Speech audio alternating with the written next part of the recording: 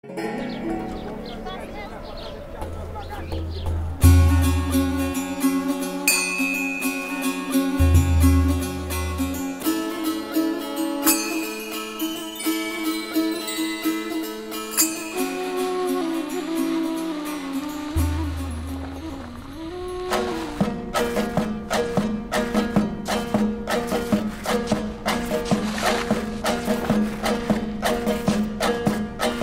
partir des récoltes de voix d'enfants de la vallée de Bamiyan, j'ai fait un dessin animé image par image sur plaque de verre pendant 2 ans, ce qui fait un dessin animé qui a reconstitué les plafonds, les peintures disparues que j'ai découvert ici au musée Guimet, à la bibliothèque.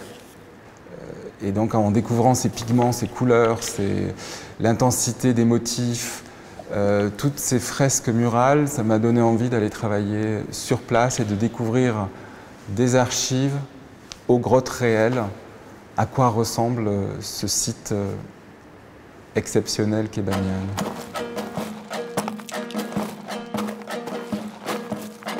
En fait, je ne m'attendais pas à découvrir encore des peintures. Je m'attendais à découvrir tout ce que les niches vides, ressentir l'altitude, ressentir ce paysage qui est encore très riche géographiquement, avec des montagnes à plus de 5000 mètres. Là, on travaillait en altitude à 2600 mètres jusqu'à 3000 mètres.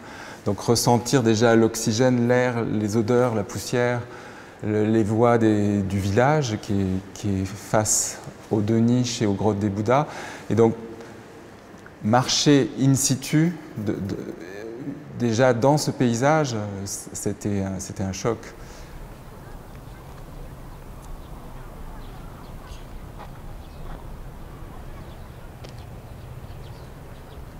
La peinture sur verre est un lien avec le dessin animé que j'ai fait, qui s'appelle Bamiyan, où j'ai peint dans le noir les paysages de Bamiyan, la voûte de Bamiyan. Et là, amener ma plaque de verre, c'est-à-dire la plaque sur laquelle je peins en animation, dessin animé, ce qu'on appelle le trompe-l'œil, le matte painting. Je voulais l'expérimenter en dehors de l'atelier, dans le vrai décor. Donc peindre face à la falaise, avec une plaque de verre, des décors augmentés par mon dessin.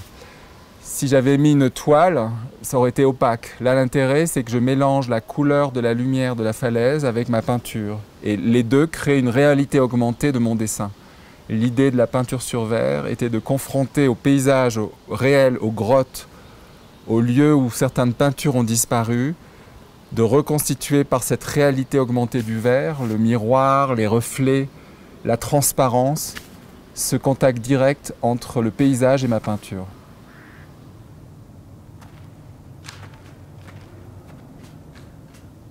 Retrouver des traces des peintres, parce que je suis peintre, et donc à partir des traces des peintres, on a pu voir des détails, des pigments.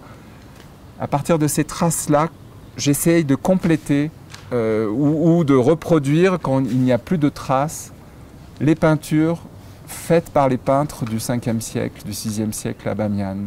Et la technique qu'ils ont utilisée, c'est la technique de la fresque.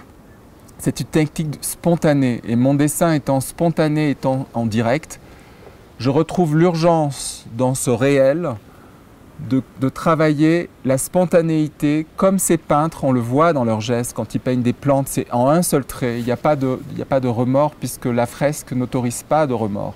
On doit peindre en une fois. Le geste doit être juste. Et donc j'essayais d'avoir ce geste juste qu'ont eu ces peintres il y a 1500 ans, 1600 ans, dans le vrai lieu où ils ont peint.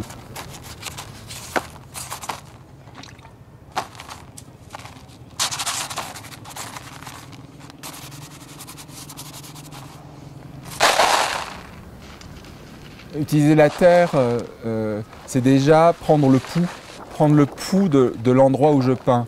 Cette terre, elle est là, elle est qu'ici, elle est à Bamiyan. C'est la première fois que je la vois. Elle va me donner, comme un musicien, elle va me donner le la, elle va me donner le sol, elle va me donner l'harmonie du lieu. Et évidemment, quand je dessine un jeune homme, Hazara, il va ressembler aux peintures des Bouddhas que je vais retrouver dans les fresques. Il y a vraiment des connexions entre le passé et et la physionomie moderne des gens d'aujourd'hui à Bamiyan.